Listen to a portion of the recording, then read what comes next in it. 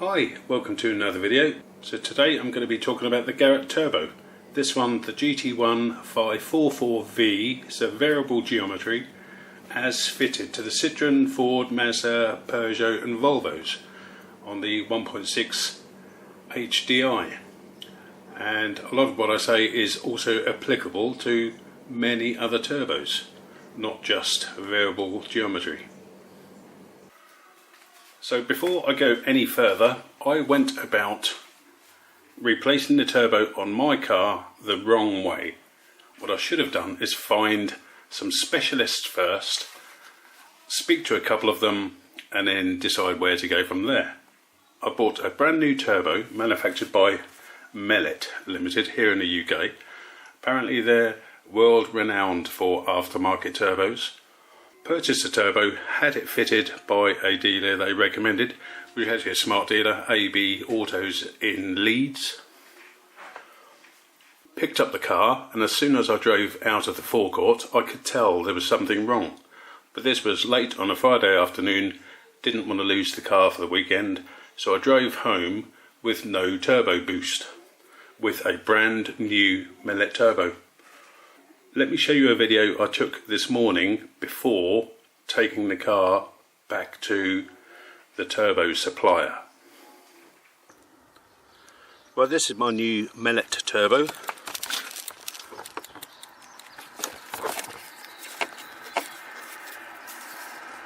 See the name down there? How do you diagnose if you've got a faulty vacuum or not? Engine's off. Vacuum actuator arm is right up the top, fully extended. When I start the engine, that should come down. Engine's running, it's not moved.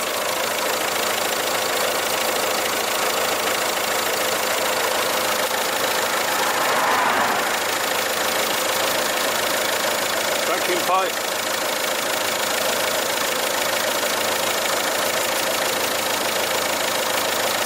Seal suction.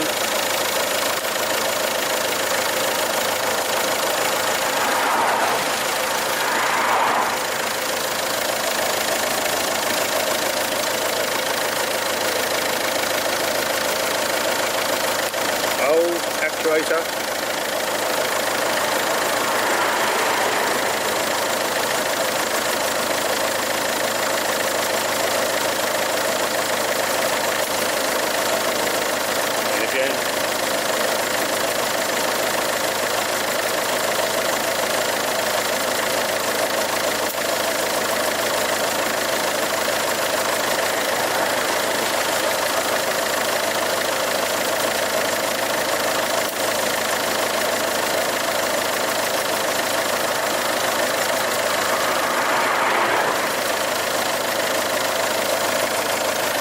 Therefore, this brand new Melett turbo and that actuator, something wrong. So you will see from the video taken this morning, dated 22nd of Feb 2021, I had a brand new Melett turbo and it didn't work. The supplying dealer said it's 1 in a million chance of having a faulty turbo. Really? What, the first Melett turbo I buy doesn't work? That's not 1,000,000 to 1, that's a 1 to 1. 1 to 1 chance I had a faulty turbo. So I've taken this cover off just to make the diagnosis easier for you.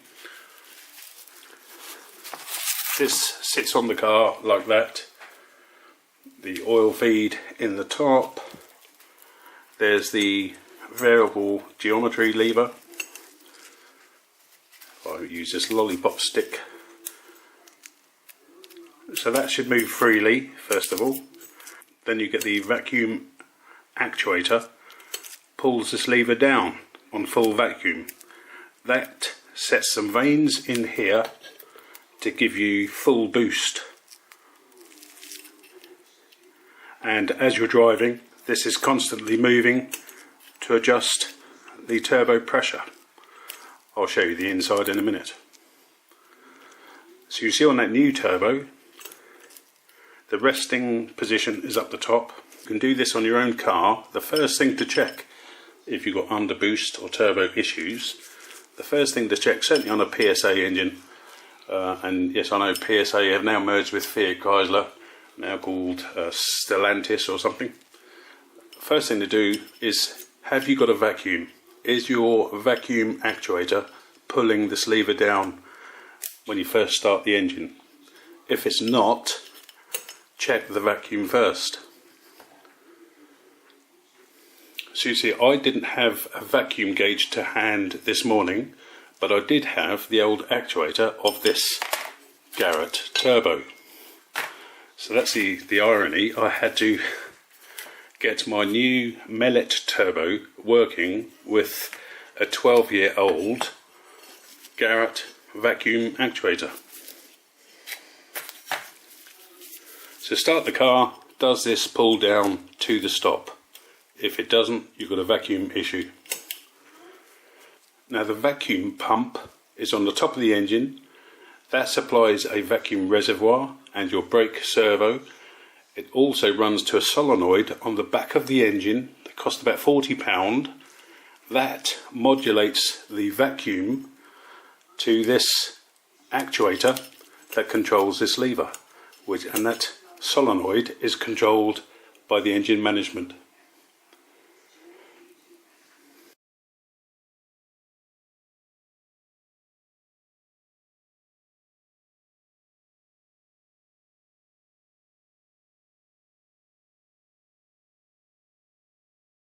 As you've seen in the video I recorded this morning, this variable geometry lever wasn't being controlled by the vacuum actuator. So why didn't I take it back to the garage that fitted the new turbo? And the answer to that is a difficult one. I contacted the turbo supplier, an agent of Melett Limited here in Barnsley, contacted the agent in Leeds. I said, can I pay for the turbo and you deliver it to the garage so that they have it ready as soon as they take the old turbo off? That saves 1.5 days. Otherwise the garage would normally take the turbo off, then order it. The dealer would then order it from their supplier, presumably Melett, and the garage would receive it maybe the next day or maybe the day after that. And I wanted to cut out that waiting time for the order, so I purchased a turbo, which then means the garage fitted a turbo I supplied, even though the turbo agent took the turbo to the garage. So once I get to the turbo supplier, the Melett agent, the first thing they do with a brand new turbo fitted at the car, they take a vacuum gauge, similar to this one on eBay I'll show you now. They put their vacuum gauge on my vacuum tube going to the actuator, and they condemn the car within 10 seconds. They say I should have 6 kilopascals of vacuum. I've only got 5, and that's it. Condemns the car. I said, hang on, does the Melett actuator require more vacuum than a Garrett? He says no, they're the same. So I then hand him my actuator that I'd already taken off this unit.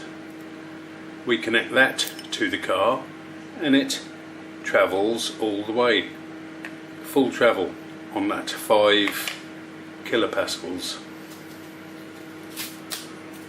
So because he condemned the car, I wasn't impressed. He almost refused to accept the brand new turbo with a brand new Melett vacuum actuator. He refused to accept it could be faulty. Showed me 5 kilopascals on a gauge, said should be 6, period. So I'm unimpressed by that Melett agent, which is why I refuse to recommend them. I do recommend these 2 dealers.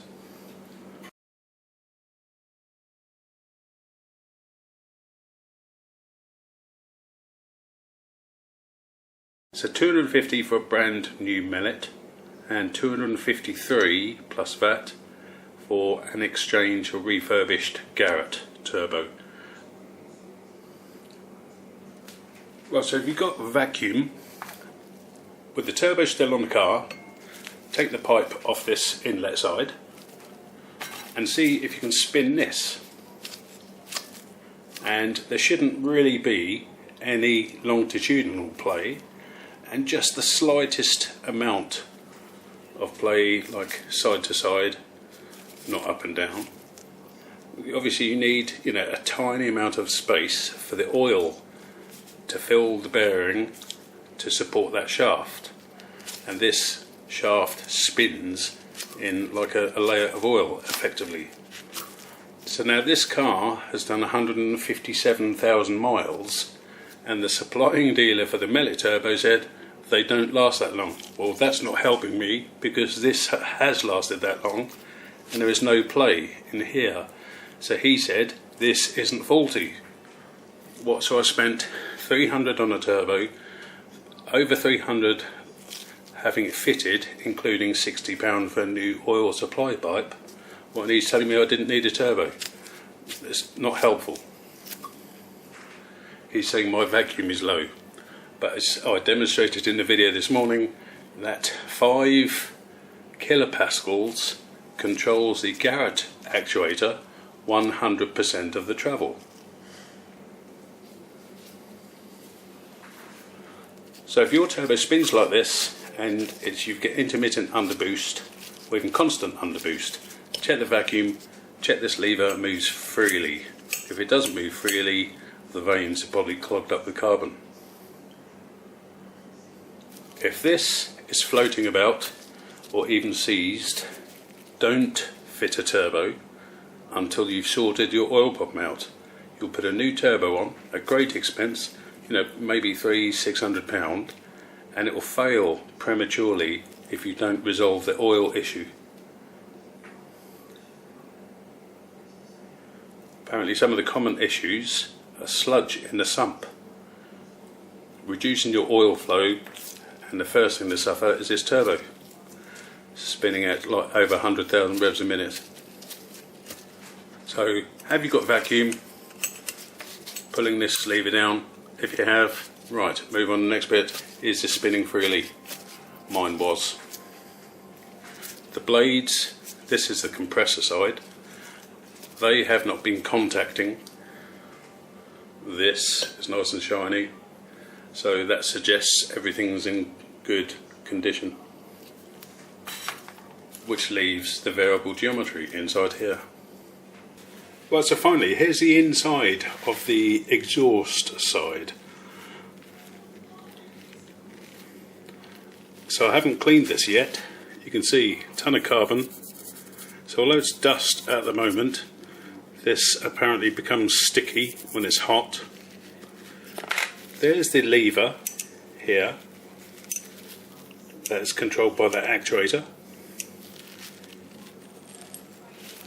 These are obviously the fins that the exhaust spin up to drive the compressor side. There's no play this way, and there's a smallest amount of up and down play. I mentioned this oil supply before. I've put a picture on a few minutes ago. That oil supply pipe, I paid £18 for one online, let's say an auction site. It didn't last 4 months and it started leaking. Had to spend another £65 with the new turbo to have a genuine Peugeot one. But the important part about this pipe, on the bottom banjo behind the diesel particulate filter, there's a wire mesh in the banjo bolt. That wire mesh has to be taken out. The wire mesh becomes blocked apparently if you don't have regular oil changes, and then this is the first thing to suffer. So as I said, if this isn't spinning or it's broken on your car, whatever you do, don't fit another turbo, not until you've flushed everything, taken off the sump, cleaned the strainer, new oil, new filter, taken the mesh out of the supply pipe. And because those pipes do leak, you should replace it, since you're doing a turbo. Failure to comply with those instructions, some of the suppliers for the turbos won't honour a warranty if this becomes seized within, say, a year or so. So that's the inlet, drain underneath. There's no oil passing here, but generally, because of the turbo, you would have a higher pressure here, and obviously a high pressure here with the exhaust. That keeps the oil within the oil gallery inside the turbo, unless of course you've got something major wrong or the bearings are shot.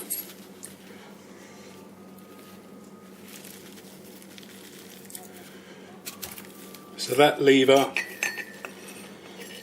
which is now out of sight, that lever acts on this ring, which opens and closes the vanes to control the turbo speed and boost pressure. Now if you have a look, this is at rest, and hopefully you can see in here, they're like aeroplane wings all around the turbo. Hopefully you can see them all.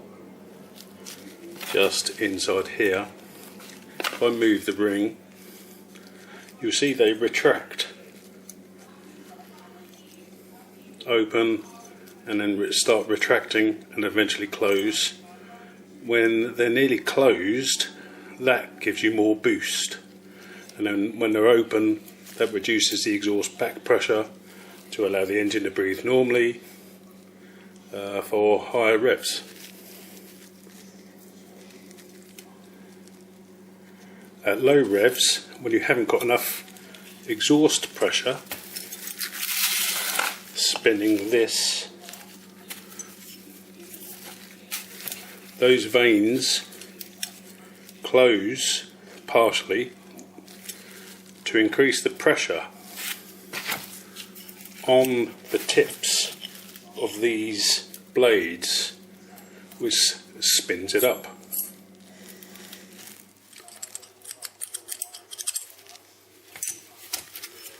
So this is super coked up, but it's not, not seized. So maybe I'll find a Torx drive and strip this down now that I've got the camera out. So that just simply lifts up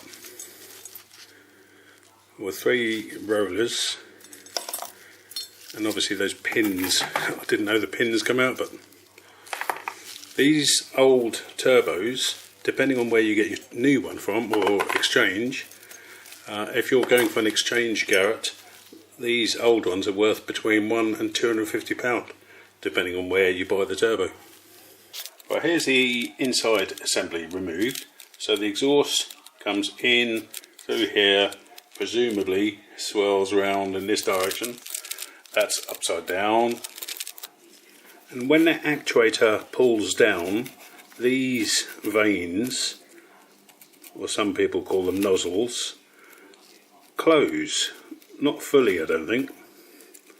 Otherwise it shuts off all the air to the... Let me show you. So as the vanes close, the gas apparently circulates, so it's coming around this way. As they close, the air pressure on the engine side increases, and the air is forced through that small cavity onto the tips of these blades that spin it up. And when you reduce the turbo pressure, these open, which I guess act more on the centre of this, but it has the effect of it's less turning effect on this sort of impeller, rotor, turbo, whatever you call it. So when they're open, it's low pressure, and when you want maximum pressure, they close, and the air is forced as they close, because we have the same exhaust coming from the engine, the pressure increases. The pressure increases this side, that speeds up the air going through this little gap.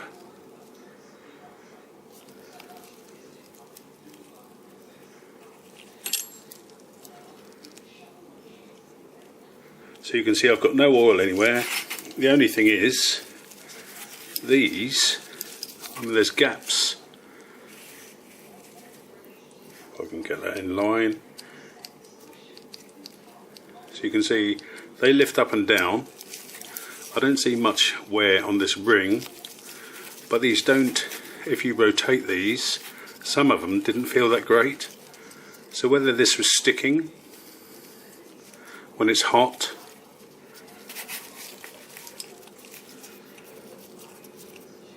only thing is I've put lubrication on there now, and you shouldn't lubricate it before you put it back together. The lubrication will only, attract more dirt. Yeah, this one feels tight. You can get, I've seen different assemblies, and instead of these fabricated sort of wings, blades, they're a solid piece. It costs about £44 for this assembly. But so really, this turbo's done 157,000 miles, regular oil changes, so it hasn't failed in a catastrophic manner.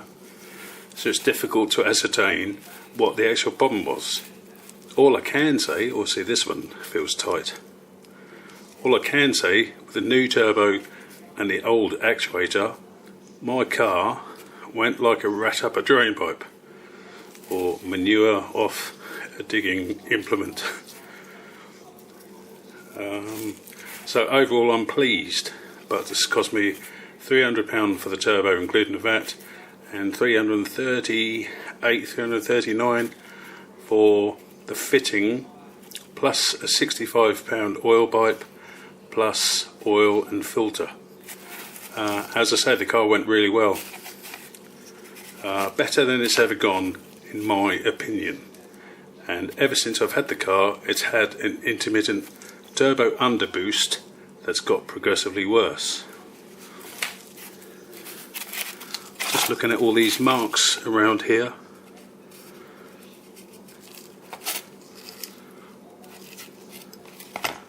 Not sure, so because it hasn't gone bang in a big way, it's difficult to know which part is causing the intermittent underboost. That spins freely, but when it's quiet here, it doesn't sound great. And with 157,000 miles on that bearing, surely it must be worn and not as good as a new one.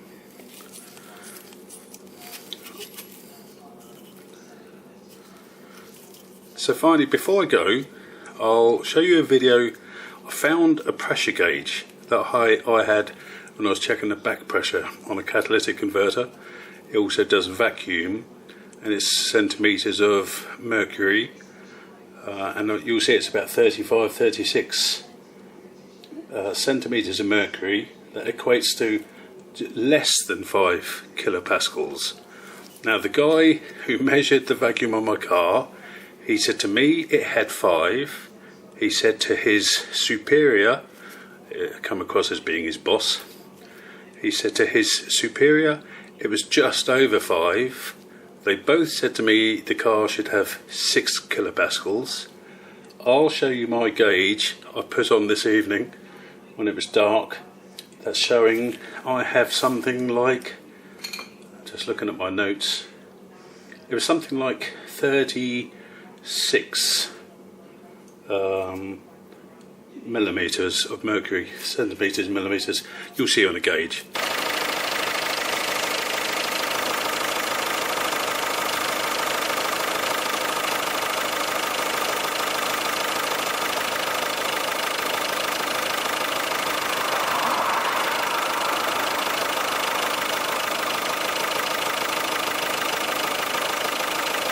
But with that lower pressure, the Garrett vacuum control worked and 100% of its travel. So I've still got a big question. Should it be 6 kilopascals, which is up near 45 millimeters of mercury, or is that wrong? Is that just the maximum pressure required and not the minimum pressure required? But as I say, I drove 26 miles back from Leeds, thrashed it in a few gears, over 3,500 revs, and my cruise control didn't cut out. So I'm really happy, and the car just seemed to perform better than it's ever performed. So I'll welcome your comments. If you're experienced with Peugeot or the PSA engine variable geometry turbo, and you know for a fact what the pressure should be, or the vacuum pressure, let me know.